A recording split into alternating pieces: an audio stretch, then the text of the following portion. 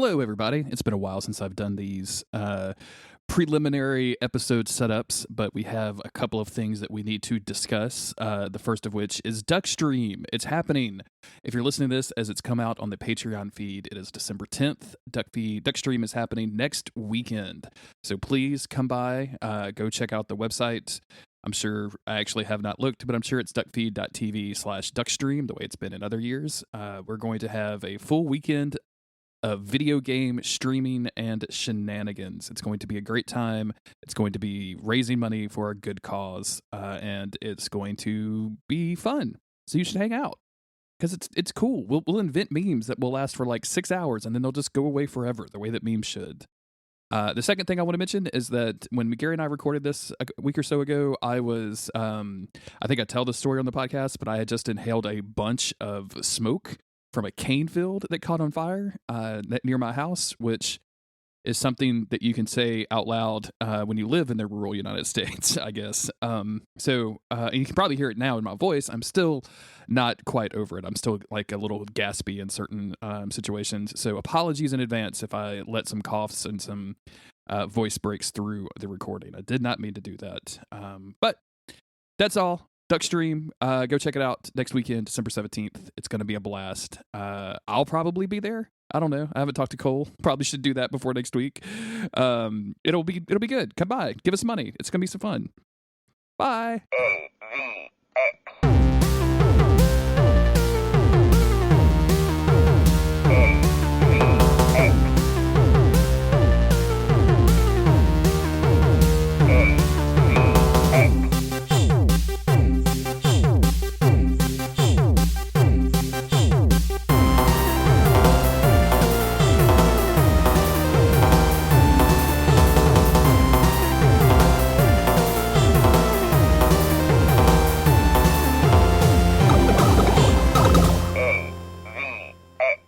I'm Jerry McGreer.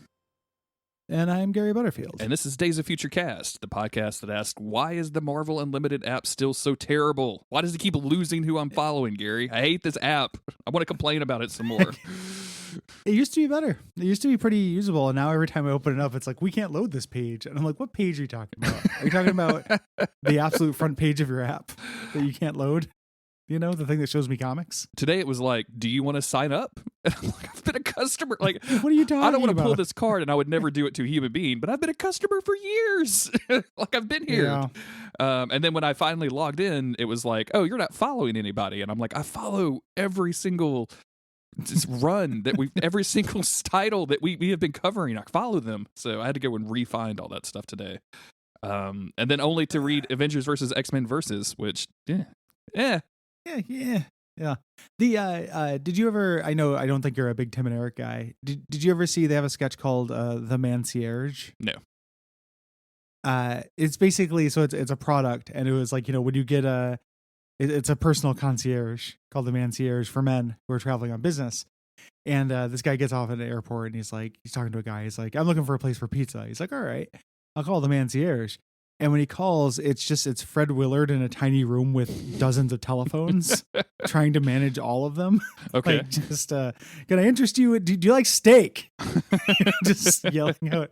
And I think that is how the Marvel Unlimited app is handled.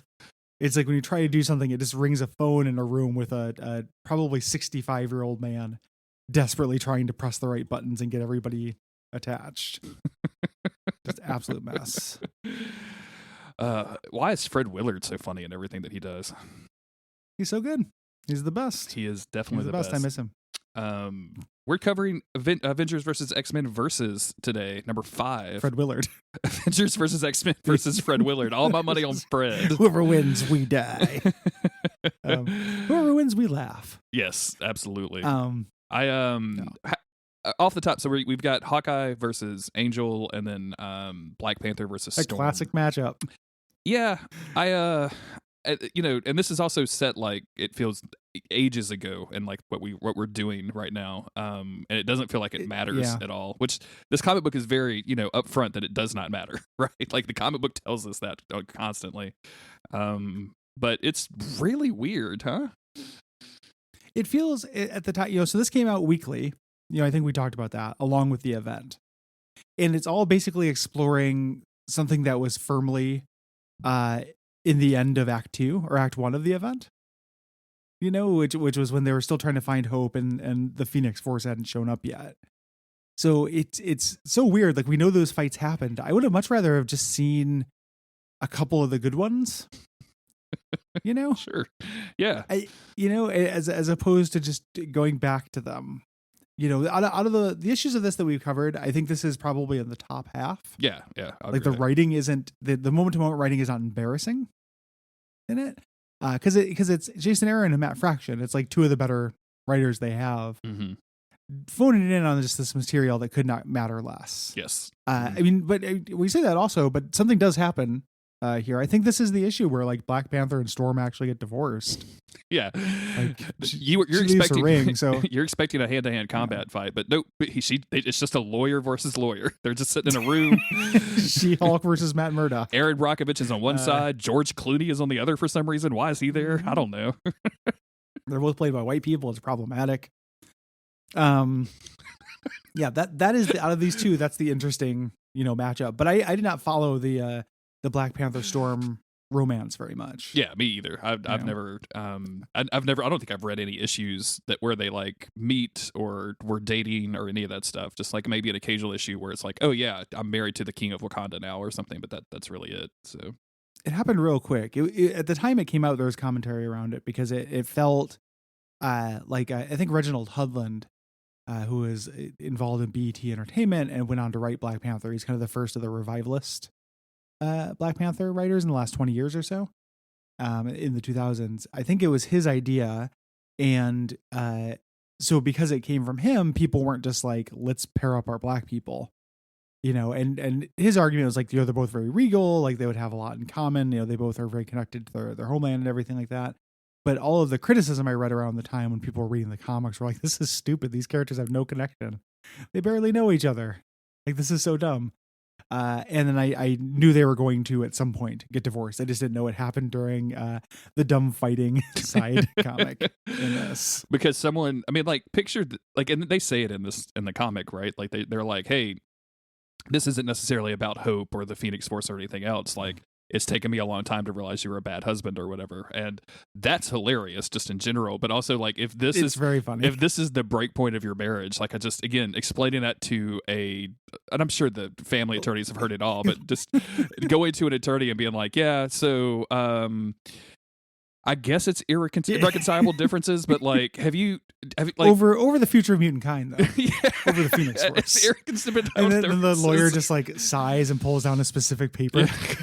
Like, oh, that's a form 22-7. That's okay. We're set up for that here, ma'am. Don't worry about it. Yeah, the Phoenix has caused so many divorces. That's mostly what the Phoenix does. Divorce. Yeah. It goes to these different planets and causes everyone to get divorced. So our cover page is just our typical, like, they're Black Panther, two fights, yeah, one at the top, one at the bottom, and then we're going to start off with Hawkeye versus Angel. I couldn't even tell you like where or when this is happening, to be honest with you. I don't remember where they were together last. So I think this is a Wundagore Mountain. Sure, okay. Based on the climate. Mm-hmm. But these characters couldn't have less of a connection. They're trying to give them one by talking about their background. And, talk about how Hawkeye is raw salt of the earth and Angel is a billionaire, which is true, without taking into account the fact that this is the Angel that has like been taken over by Apocalypse and came back and thinks he's a literal angel. Yeah. I don't think he's ever been more disconnected from his wealth than the insane, sad Warren Worthington we have here. And I'm definitely going to get this wrong, but I'm pretty sure that during this whole thing, he literally gets his entire company and wealth taken away from him. Like they do I want to say Black Tom does a hostile takeover, or somebody hires Black Tom to do a hostile takeover or some shit. Like, it's wild. So they're there looking for each other, kind of stalking each other. Mm-hmm. Psylocke is also helping Angel. Hawkeye shoots some arrows. Angel is able to dodge them. He's mostly good at dodging, back from X-Men #1. And attacks him, shooting his little metal wings. This is kind of a hybrid. He has the metal wings, but he's dressed up holy as opposed to unholy. Yeah. And they're shooting arrows at each other, basically. Pretty much, yeah. You would think that the guy that could fly would be better at this, but not really. they kind of addressed it at a certain point. He's like, get down here, with the idea that he's been flying out of the way, but he has to stab him in the stomach to make him do it. Yeah. Clint is getting cut up before that. Like he gets pretty seriously cut up before Angel gets stabbed in the stomach. Do you think that Hawkeye regularly uses his arrows like Wolverine claws like we see here? Is this like a common Hawkeye thing that I just don't know about? Dude, I was really mad that he doesn't say snicked here, because it would be real funny, and he's supposed to be kind of funny, Hawkeye. It's a real weird move, real weird psychological, and when he comes up to him, he's like, "Shut up, rich boy," and it looks like Angel's really cut by that. Barton, like he's shaken by being called rich boy. I think part of that's the art. This is Tom Rainey, who is doing the art, who has gotten better. This, I don't think this is offensive or anything. He was in the mid 2000s when I remember reading like endangered species and stuff like that. He was stinking up a lot of issues. Everything's real sketchy and kind of like overshaded. Yeah, a lot of the time. I could definitely see that based on this. I love Angel's face in the panel where he calls him. This is I'm sorry. This is you. Tom Rainey's the other artist who's there. Oh. It is weird. So this, like, look at on the page where Hawkeye Wolverine slashes him. Mm-hmm. The shading there looks very very much like another artist. But yeah, this is Yanil Francis Yu of Planet Hulk. Oh, okay. Same. So yeah, whoops the doodle. No, that's John Romita Jr. It's the guy. What? It's you. What? I can't remember what big crossover he was in. Are you having a stroke? Do we need emergency services? Not okay. What is happening? I've been having a hard time sleeping. Uh-huh. And then I take a sleep aid of some kind, and then I wake up really groggy with my head full of sand. Okay. So I've been laying off the gummies, and then I had a gummy last night because I was trying to go to sleep. So I'm a little slow on the uptick today, and it's late. Like there's no reason for me to still be like this. We're recording this like well into the afternoon, and I'm just like, ugh. If it makes you feel any better, I was reading these on the couch, and I read this issue last because of just the way that they were downloaded. And towards the end of this, as Storm and T'Challa are fighting, I was literally drifting off to sleep, and in fact fell asleep for like a solid 40 minutes until you texted me like, hey, we can do it in 30. And the only reason I feel like I am I woke up and I was groggy. I felt like I could just go put my head down and go to sleep for like 6 hours, and I just had like a shot of espresso. Yeah. So I am at 90 million miles per hour and will be awake at 2 a.m. So I can't wait for my Friday night. You've turned my today into your tomorrow. Exactly. Yeah, which is typical for us. That's our complementary mutant power. Yeah. So, yeah. Hawkeye Wolverine stabs Angel in the gut. Yep. There's no reason for Angel to ever get that close, but he did. Yes. You have ranged weaponry. Like the idea that Hawkeye stabbed him. He quote unquote wins this by stabbing is because he's a fucking ranged character. He's got a fucking bow. What are you doing? They both are. It's real silly. We have to even the odds. They get into like a fist fight in the snow for a little while, and then Psylocke shows up, and Hawkeye holds a bow at her. Basically they have this little standoff here. She can scramble your brain, the speed of thought. And it's like, well, let's see, who thinks faster. Like I can take her out, in just a second. And he stands down. And this was a ploy. Hawkeye shoots him in the chest. This is some Dark Souls 1 PvP ass maneuvers from Hawkeye, and I cannot say that I do not support this. Like, Hawkeye gestured, and you should never gesture when you're in the middle of Ulasal Township, Gary. I don't know if you know this or not. But he did some honor there. And I love, he just runs away, and Psylocke just lets him go as well. Yeah, totally. Well, she's concerned about Warren at this point, right? Like, that's the big... But isn't that a nice idea? She's psychic. She just asks people and controls their mind. That's true. Earlier they said that he had psychic shielding or some shit. I'm so sick of psychic shielding. Dude, I'm telling you. They gave it to Spider-Woman, for God's sakes. Like, Jesus. They gave her the best psychic shielding in the world out of all the Avengers, and can resist the most powerful psychic in the world. If S.H.I.E.L.D. had that, they would have Magneto would have stolen it back in 1965. Like, what are you doing? She's supposed to have gotten it from the Hand as well, and if the Hand had it, then we wouldn't have been able to fight the Hand. They just I made the mistake of complimenting Daredevil, the Netflix show, on Twitter the other night because I was like, man, I remember this show being like full of ninjas, and it is not. Like, this is some really good like character. Like the Punisher is there, Elektra shows up, everything's like, the lighting is good, and then literally the next day I turned on the next episode, and the first scene is just hundreds of ninjas, just hundreds of them coming out of the woodworks. I was like, God damn it. That's what they do. Season 2, like I fell off it when I got 2 ninja pills. That's where I'm at. I'm like episode 8 is where they just come out of a literal hole in the ground in New York. It's so boring. It's so boring. Like there's a thing with ninjas. I think the more ninjas you have, the worse it gets. I had this exact conversation the other day. Absolutely, yes. Yeah, a single ninja doing something can be cool. As soon as there's more than one ninja, I'm out.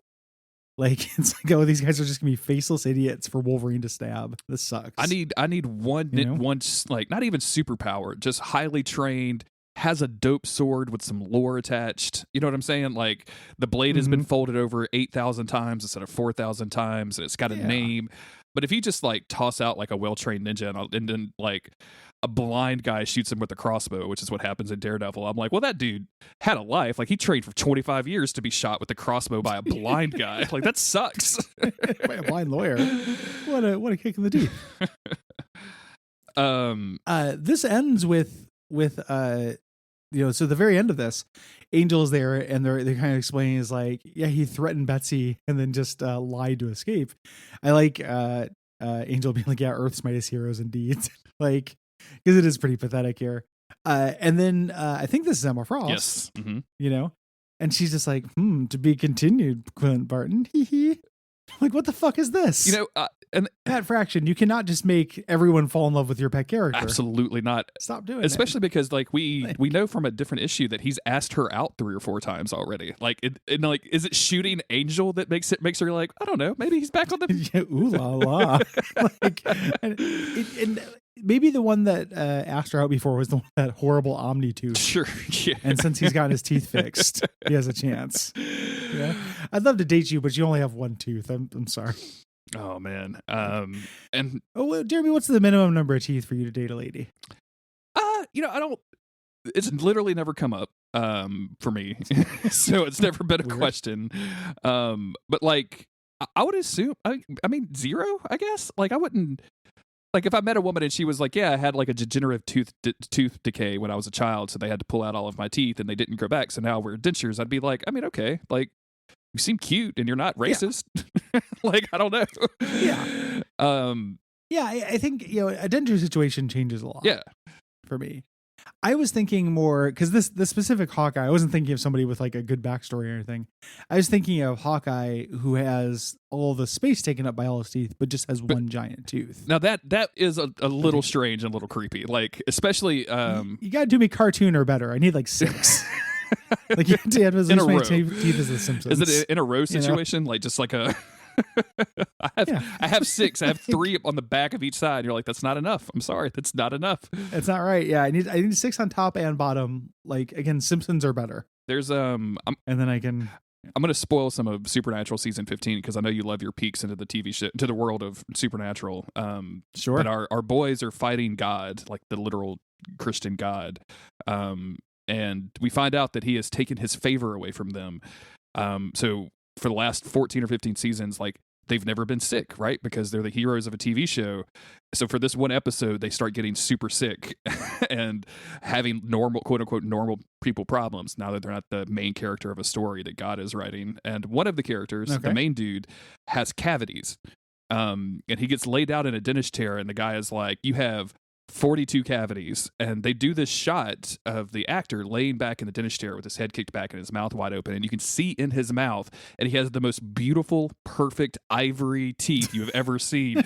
And I've never, like, I was one of those moments where, like, I know this doesn't matter, but I, as a man who has struggled with his teeth in his life, I am aghast that you would dare say this man has cavities. He obviously has had perfect teeth healthcare for his entire fucking life. Like, you don't. I was aggravated.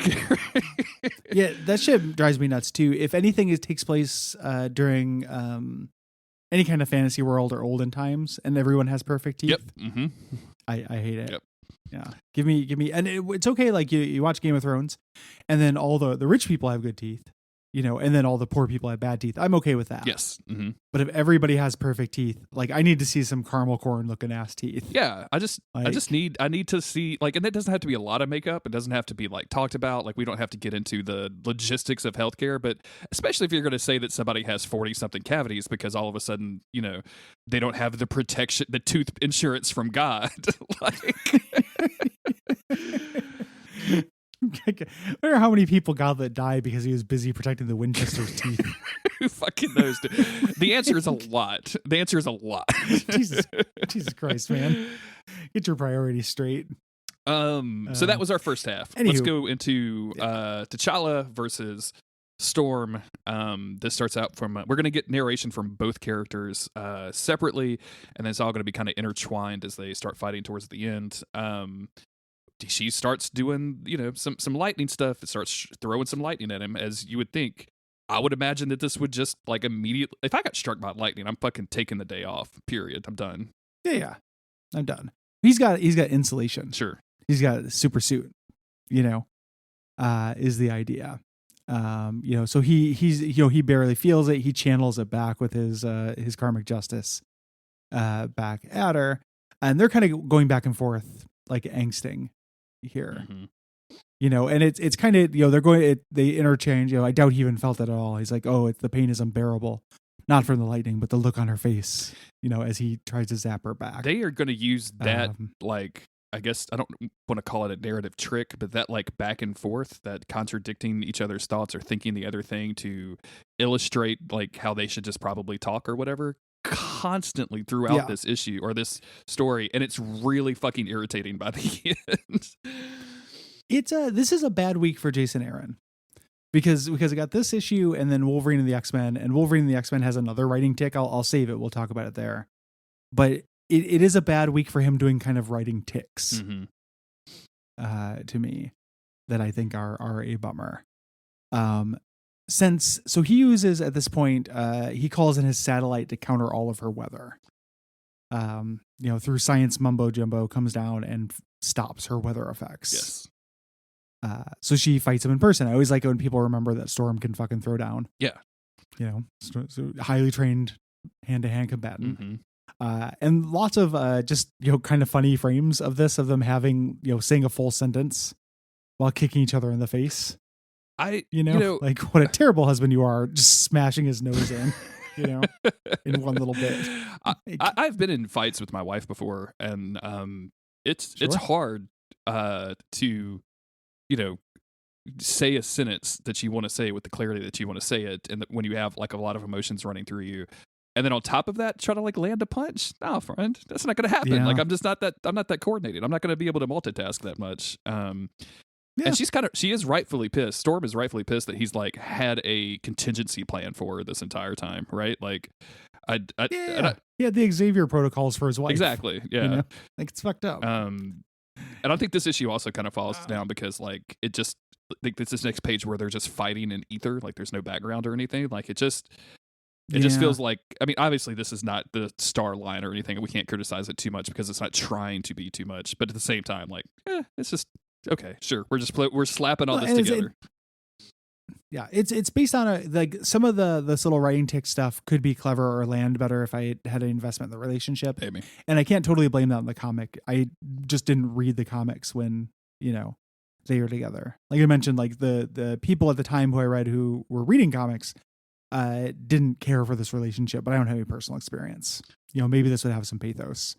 And it there's some relatability here where, she's like looking at him and being like, she was just never going to be happy. And she's saying like, I could have been very happy here, if he wasn't such a cold, calculating douchebag.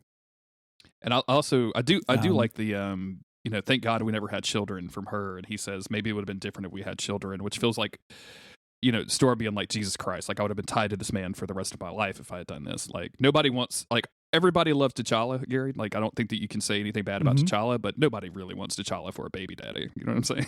Like it's just him being a bad husband, I think is actually kind of a good character touch. Yeah. I feel like T'Challa, especially now that Chadwick Boseman died, it's going to be this way in the movies forever. But he's going to be deified and become a more boring character. Because he's never going to do anything wrong and he's just perfect. And they go into that with what if, like, if he was in charge of the Star Lords, they would fix the world and fix Thanos. It's a little bit silly that there just exists a perfect person with no flaws. But I mean, even in that first Black Panther movie, though, like the idea of his dedication to Wakanda versus like allowing any room for himself for intimacy with Homegirl that he kind of is alongside him in that movie. Like, I feel like that was a direction that could be explored of just like, no, I have this responsibility. Like, I'm an Avenger now or whatever. Like, just being completely into like this responsibility. Like, yeah, but you're a fucking person. And like, I'm in love with you. Yeah. We shared some vows. Like, I am also a responsibility. You're just ignoring me. Would be kind of interesting. I'd actually be kind of curious how this played out in the real comics and not just AvXV. So, yeah. Yeah, me too. I maybe I'll read about it at some point. Some of the posing and figures of this get real dodgy, but I think that the action of this is funny. Mm-hmm. Storm looks real little. Yeah. This little thing, she's jump kicking him, and then he grabs her cape, and she's like, looks like a big guy trying to stop a little guy from punching somebody. When she says not the cape, like that particular frame, and like her little tiara is flying off of her as well. Like, it feels like from a totally different comic. Like, all of a sudden we're in a wacky comic book situation and not like our marriage is ended situation. 100%. The divorce comic. Not the cape is a real Joss Whedon line that snuck its way into this. I can't believe that he fell into her bosom later in this series. Are we going to talk about the divorce we just had? She runs at him. This needs to end now, and she kisses him. That's the big surprise. She doesn't, punch him in the face or anything like that. But then Sucker punches him, and leaves. And leaves her ring on the ground. Reinforcements show up. They don't want to keep fighting. She drops her ring on the ground and leaves with the X-Men. Yep. So again, weird place to put this. Probably pretty pivotal moment. I'm really curious if this exists. I mean, surely it exists in like a Black Panther /Storm /X-Men comic book or something where this is not just the only time. Because like, wow, if you broke up your two major characters in a fucking issue of Versus, like, what are you doing with your life, Marvel? Like, what is happening? No, don't hide plot stuff in Versus. I'm sure they do this from a different. They've got to angle or whatever. Yeah. There's a whole series. I'm pretty interested in it. When we get to the AvX, there's a mini series that's like Aftermath, where it's going to be how everyone deals with all this stuff, and I bet you they talk about it more there. Yeah. If they really did break up over the Phoenix, I can definitely see that. Yeah. And that's it. There are no winners here, Gary, because there are no winners in divorce. Yep. Unless you're, or you can both win. Unless you're a 13-year-old kid who gets double Christmas. Yeah. No. I mean, I'm just saying, divorce is good. Like, I'm so much happier that I got divorced. Sure, yeah. My ex-wife is happier. Like, divorce can be great. Yeah. As semiotic shorthand for just like a absolute the worst thing that can happen to somebody. It's kind of silly. Because sometimes people just, fall out of love and they realize it and then move on. And it's good that there are systems for that. Yeah, absolutely. You shouldn't be beholden to what you think at a certain time, Absolutely. Because it can change. Mm-hmm. And your health insurance should not be attached to your marriage in any kind of way whatsoever. But that's a whole different story. No. Yeah. And if you take some time to actually get divorced and you do some married filing separately, the government hates you. They take so much out of your taxes. It's like the least advantageous classification you can do for some reason. Oh yeah. Probably because they assume you're a billionaire trying to cheat them or some shit. But it really fucked over me and my ex-wife for a couple of years. Speaking of divorce, can I read something to you and see if you can identify it? It's a little quiz real quick. Sure. Let's do a little classic Days of Future Cast quiz. A little quiz. This is a new song. I want you to guess not only who's singing it, but who's it about. You ready? Okay. I'm in love with the greatest gamer, but he'll always love the game more than he loves me. Oh. Sail away to the cold expanse of space. Even love couldn't keep you in your place. But can't you love me like that? Can't you need me like that? Well, I have no idea. Okay. that is the new. Oh God, I'm choking up saying it. That is the new Grime song, singing about her breakup with Elon Musk. Oh, the greatest gamer that ever lived. Wow. I assume, for some reason, I assumed it was somebody more mainstream pop than grime. And I didn't realize she was writing songs on Elon Musk yet. Did not either until today. She's going to recapture all the people she lost. I think so. Yeah. You know, start diss tracks. Like, she needs to diss her shitty kid, though. I might need her to dismiss that horrible little shit that they made. So I always thought the kid was fake for some reason. I don't know why. Like, I don't. It seems real fake. It just seems like a fake child. It's got a name. It's got a name like a synth from Fallout 4. And it seemed fake the whole time. It seemed like a weird little, like, it's like when Troy McClure had to have a kid. Exactly. Yeah. It's 100% that where they just, yes. That's exactly what the Grimes child is like. Yeah. Oh, it's going to be good for stocks if you're a family man. Oh, God. All the great things are going to family men. Gonna have a baby. You know, if you guys, the listeners, want to support me and Gary having a baby together, you should go to patreon.com/Duckfeed.tv and give us some money to talk to you about the tiers you've set up. Yeah. Stretch goals. You're going to have to really dig for that particular. I'm ready to get impregned with you yet. You could do that. You could easily do that. Go to Patreon. You can't make us have a baby together. That would be super weird. Yeah. But maybe if there's enough Patreon money, like we wake up tomorrow and it's $1 million higher. I don't know. Maybe my inhibitions are going to be pretty. Pretty loosened. If we can vet the money, like if we can vet the source, and we're not just like, it's not Magneto. You know what I'm saying? Like if it's not an obvious villain, like, or it's not. That would be definitely a Mr. Sinister play. Yeah. or the investors from Venture Brothers. Exactly. Yeah. As long as we can vet the money, I will explore getting impreg with you, Gary. That's a sentence I will put out on the internet. I'm gonna get a Robobo. That scenario. You can do that. Then you can also leave us range reviews on Apple Podcasts, Podcast Addict, or you can tell your friends. That helps us out tons. And you probably have X-Men friends if you're cool. Yes. Mm-hmm. You know, comics are good. They are. No. And we'll see you next time. Bye, everybody.